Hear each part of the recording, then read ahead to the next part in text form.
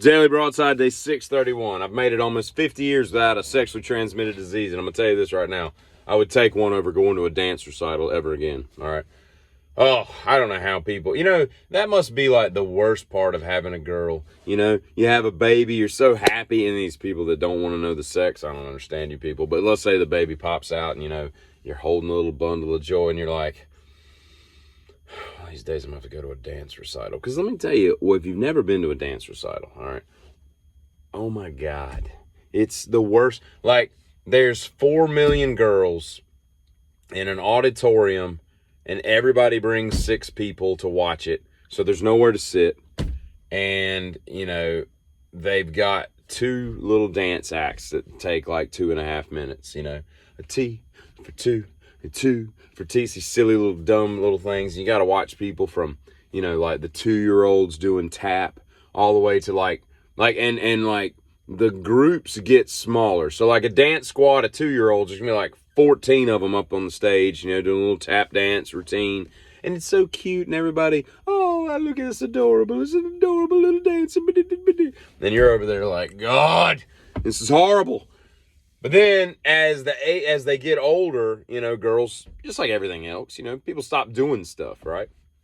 And so, Mom, I don't want to dance anymore. And you're like, all right, you're 9. You can drop out. You've done it for 7 years. And so every year, the dance troops, they get a little smaller. And then eventually you get to like they're like women, basically. You got like these 18, 19-year-old girls, and there's like 2 of them on stage, and they can actually dance. They're like, Irene Cara's singing in the background. And she's got like water splashing on her like she's a stripper and all this stuff and all. But here's the thing, you get like 2 dances, right?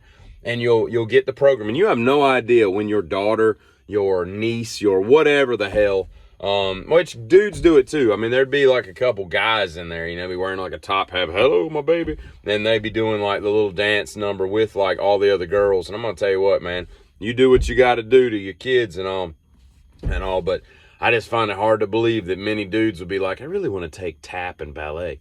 All right, Barishnikov, man, whatever. Was it Barishnikov that was in White Knights with Gregory Hines? Anyway, not a lot of dudes wanting to be dancing, you know what I'm saying? I'd rather be playing, soccer or, something else. But, no one ever steered me in the direction of dancing. But you don't know when you get to this stupid recital what number your niece or daughter or granddaughter or whatever is going to be. And so you get the program, right? And they've just mixed this crap up, because they want you to stay there. Why? I have no idea. Why they want you to stay, it's not like they're making concession money. I don't even know if you got to pay for these things. You probably do these days. But what's the impetus of what's the point of keeping people there for like 7.5 hours when you could just opt out, go home, and get a venereal disease and just have a much better time with yourself? You'd be like, well, I've got chlamydia, but at least I'm not at a dance recital. Because you get there. I remember one year we went with my sister. And of course, I'd get drugged to this crap until I was old enough to stay by myself. So, I'm like 11, she's like 9.5 or something, and I've got to go. And at first, you're like, oh, okay, just watch a bunch of girls and dancing around, but you don't understand what you're getting into. And you get there, and I remember one year we went, and it was like, oh, look, your sister's number 4. She's the 4th act. I'm like, wow, that's awesome. And then she was like 309. So from between 4 and 309. That's 305 acts that you've got to sit through. And it's just the most mind-numbing, hideous crap you've ever seen in your life. And there's nothing to do. I don't even remember if there was concessions. I don't remember eating anything. I mean, you're in like an auditorium, so they probably don't want, 1,000 people, getting like, what do you call those, candied apples or like, what are those, popcorn balls and all this crap. You don't want all that stuff stuck to the seats and all. So there's probably a rule like, and no concessions. All right, so you can't even go out and get a concession. Hell, if anything ever needed alcohol, it would be a dance recital. You know what I mean? But nevertheless, yeah, I'm opting for STD over dance recital because it is bad. I don't care if you dance. Like if you're a girl and you grew up dancing and cheering and all that kind of crap, you've got to be on the inside going, this was the worst decision ever to put my daughter into a dance class, because 309 is a long time from now, because you're just sitting there watching all these people, most of which you don't know, from all across the county just dancing. And when I say dancing, they're not even dancing that well. It's just choreographed crap is what you're looking at, you know. But on a lighter note, I've said many times that I'm going to be really pissed off if there's not a hell. You know, when I get to the end of this earth and I find out that there's not somewhere to punish all the dipshits that are on this planet. And today someone left the planet who's a perfect example. Nordberg is dead. O.J. Simpson kicked the bucket today. Prostate cancer. Couldn't have happened to a nicer guy.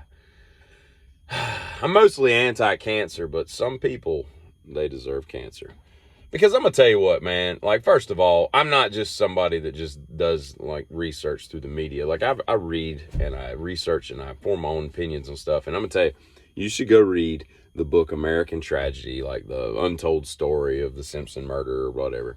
It's written by some dude named Schiller and some other guy. But it's based on the defense, right? It's like the backstory of how the defense came together to get him off and all this stuff. And everybody knows the dude killed people.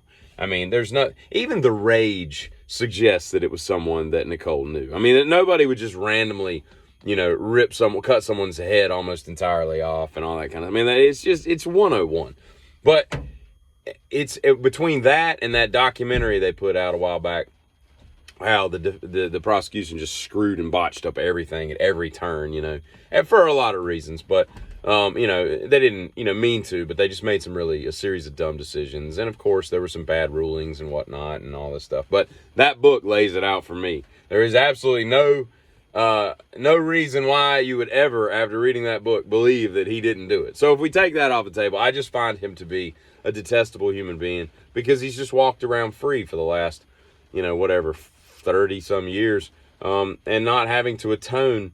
I mean, he even moved to Florida so he didn't have to pay any of that stuff. Yeah, he went to prison for a few years for his little robbery thing, but still, that doesn't really atone for, you know, killing two innocent human beings, and all. And I'm pretty sure that he basically ushered in the one good thing that he might have done, oddly enough, because it was a bad thing that got the good thing going. But I think he pretty much ushered in domestic violence in this country.